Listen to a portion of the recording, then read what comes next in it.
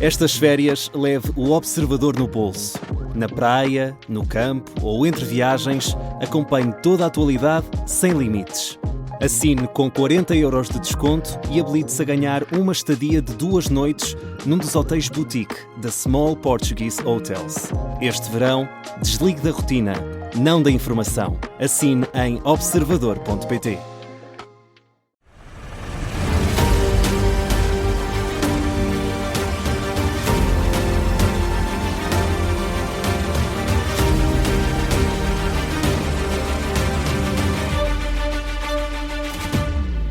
Ponto para o caso, na Rádio Observador, recuamos até novembro do ano passado, quando a Polícia Judiciária anunciou a detenção de 11 bombeiros voluntários do Fundão.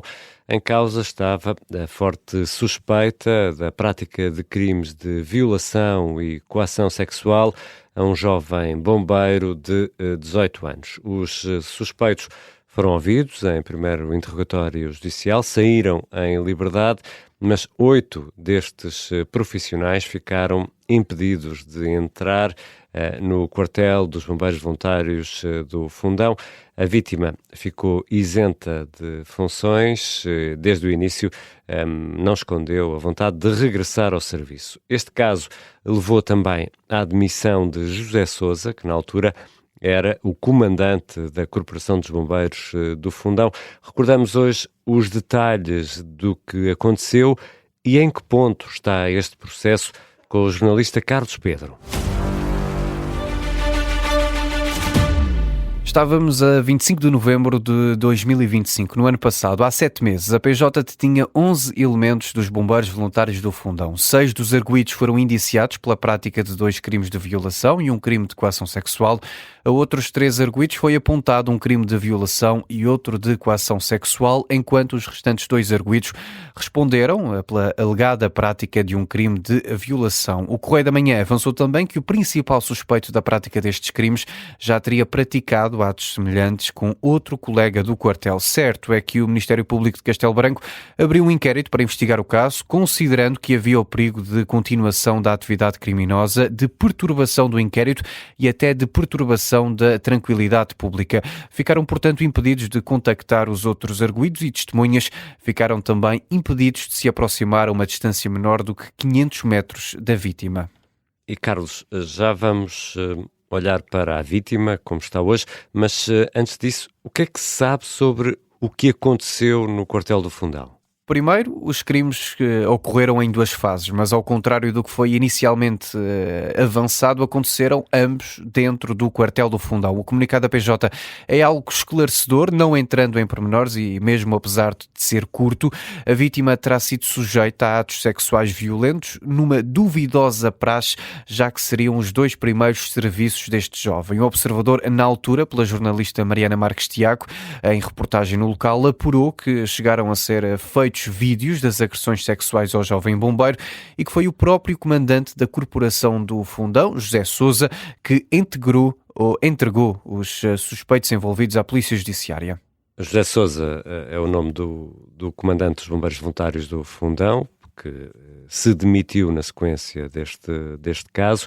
Carlos, antes disso, suspendeu 8 dos 11 arguidos. Foi a decisão tomada depois de conhecidos os resultados de um processo de inquérito interno, como explicou ao Observador o próprio José Sousa, um processo que, de resto, foi interrompido por ordem da Polícia Judiciária e que pediu à direção da Associação Humanitária dos Bombeiros Voluntários do Fundão e ao comando da corporação que sustentassem momentaneamente as diligências, isto para não perturbar o normal decorrer da investigação. Depois de lidas as medidas de coação, foi anunciada então esta suspensão, que era de 3 meses, o prazo máximo legal definido na lei. Ora, já se passaram 7 meses e por isso a Rádio Observador foi à procura de perceber em que ponto está também esta parte do processo. Contactamos o atual comandante desta corporação, Pedro Caldinho, que falou connosco, mas não quis entrar em detalhes. Diz que falará quando a decisão transitar em julgado. Contactamos o Ministério Público de Castelo Branco para saber o que tinha acontecido na realidade. Disseram-nos que o inquérito conheceu o despacho final de acusação e que foi remetido para julgamento ao Juízo Central Criminal de Castelo Branco. Depois confirmaram-nos que há 11 arguidos acusados neste processo, sem querer mais uma vez entrar em mais detalhes, até porque não nos foi dado ainda o acesso ao processo. Ainda assim, recordar que eram apontados crimes de natureza sexual a estes elementos, também por isso é um processo reservado, apesar de não estar já em segredo de justiça. Sabemos também que o caso vai a julgamento, ainda sem data, porque os arguidos podem ainda contestar as acusações. Quanto ao comandante José Sousa, estava no cargo há 10 anos, quando se demitiu. O José Sousa apresentou a demissão 3 dias depois de tornada pública a detenção destes 11 elementos. A decisão veio ao público através de um comunicado do próprio ex-comandante e é preciso esclarecer que em nenhum momento, pelo menos que é do nosso conhecimento, José Sousa esteve implicado neste caso. Nunca foi arguido ou suspeito sequer de ter cometido qualquer crime. Também referir que José Sousa disse que nunca teve conhecimento prévio de quaisquer atos semelhantes por parte dos arguidos, dentro e fora da instituição. Sobre a vítima, o antigo comandante desta corporação de bombeiros diz que esteve sempre próximo do jovem, vigilante e empenhado na sua proteção. Precisamente, Carlos, 19 anos, estava no início da carreira, uma pessoa muito jovem, de 19 anos. Há aqui um ponto importante nesta história, porque foi a vítima que denunciou estes crimes. E também foi a própria vítima a pedir a suspensão das funções, disse o observador à advogada de defesa Joana Bento. Isto, e é preciso esclarecer, sem quaisquer implicações financeiras para o queixoso, já que trabalhava em regime de voluntariado e não era assalariado. O observador apurou que os 2 episódios da alegada violação ocorreram a 6 de setembro, 2 meses antes de a história se tornar pública. Contudo, o jovem de 19 anos só avançou com uma queixa às autoridades competentes no final do mês de novembro, no dia 29. Só depois dessa data terá pedido suspensão de funções nos bombeiros do Fundão. E tenciona voltar ao ativo? Tenciona, sim, pelo menos foi isso que foi dito ao observador pela advogada Joana Bento, ainda no último ano, mas mais recentemente tentamos contactar novamente a advogada da vítima, que se mostrou numa primeira fase disponível para falar connosco, mas depois foi algo que acabou por não se confirmar. Queríamos de facto perceber como está a vítima, se está a trabalhar, se os acusados já voltaram ao trabalho, porque a suspensão, como dissemos há pouco, era de 90 dias. A verdade é que o caso, tal como tem acontecido em algumas esquadras da polícia pelo país, levanta questões sobre o funcionamento destas entidades públicas, sobre o próprio tipo de crimes e a forma como isso pode afetar a imagem dos bombeiros.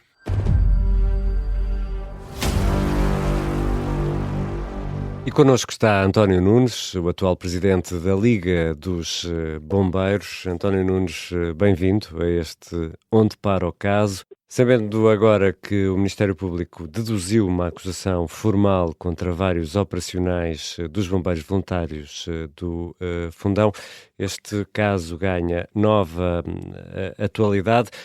Como é que a Liga dos Bombeiros olha para este avançar para uma acusação formal contra estes homens? Como é que a Liga olha para isto?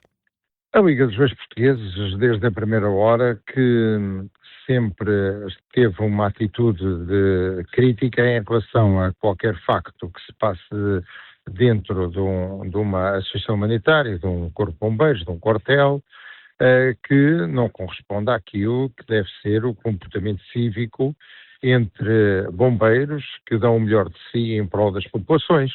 E, portanto, todos os atos que possam ser criticáveis e não aceitáveis do ponto de vista da nossa sociedade, a Liga acompanha sempre as associações humanitárias e as direções das associações humanitárias e os comandos que desde a primeira hora tentam pôr cobre a essas situações ou retirar as devidas ilações quando elas ocorrem excepcionalmente.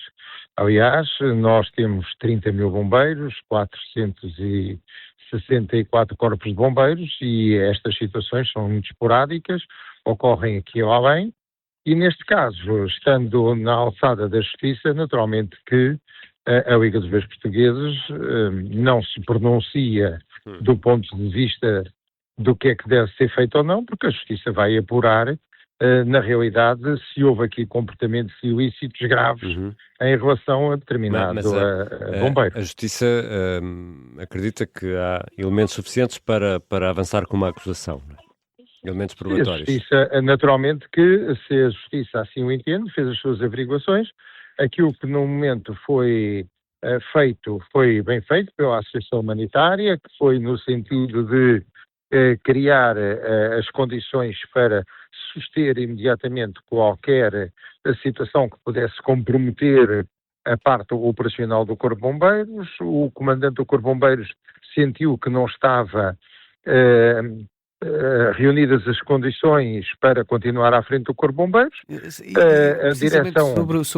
sobre essa demissão do comandante da Corporação do Fundão, José Sousa, demitiu-se dada a gravidade do caso, isto apesar de não ser indiciado no processo. Mesmo assim, acha que não havia volta a dar, ou atribui alguma responsabilidade ao comando de operação por talvez ter existido aqui uma falha na supervisão do que acontece dentro do quartel dos bombeiros?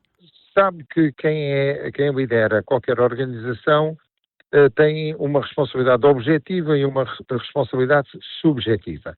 Na responsabilidade objetiva não tem nenhuma neste caso concreto. Na responsabilidade subjetiva tem, porque naturalmente que tudo o que ocorre dentro de um corpo de bombeiros, o responsável máximo é o comandante.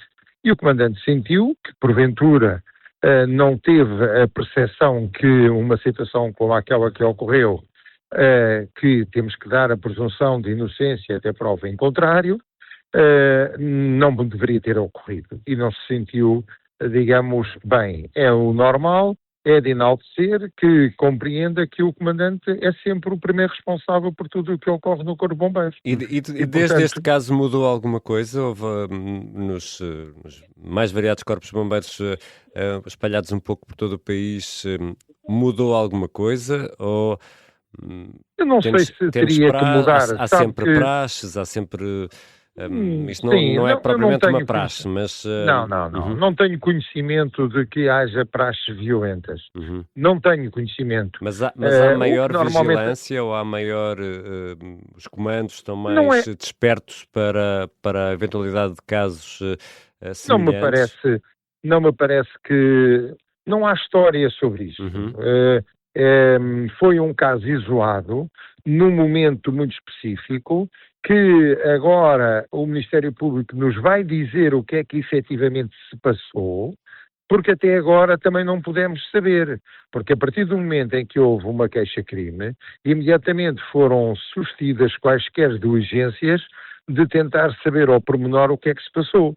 E, portanto, nós não sabemos neste momento a realidade. O que sabemos é que houve comportamentos inadequados num quartel em que o comandante sentiu que não tinha condições para continuar porque os seus homens não se tinham comportado conforme ele entendia que devia ser o comportamento de relacionamento, de camaradagem, de hierarquia dentro do seu Corpo de Bombeiros. A direção aceitou, nomeou um novo comando, o Corpo de Bombeiros continuou a funcionar, está a funcionar. Do ponto de vista interno está a situação resolvida e agora a Justiça dirá quem é que tem responsabilidade e em qual é o grau de responsabilidade de cada um deles no conjunto das circunstâncias que nós podemos observar. Muito obrigado, António Nunes, por ter participado neste episódio do Onde Para o Caso da Rádio Observador. A edição foi do jornalista Carlos Pedro. Para a semana regressamos com um novo caso.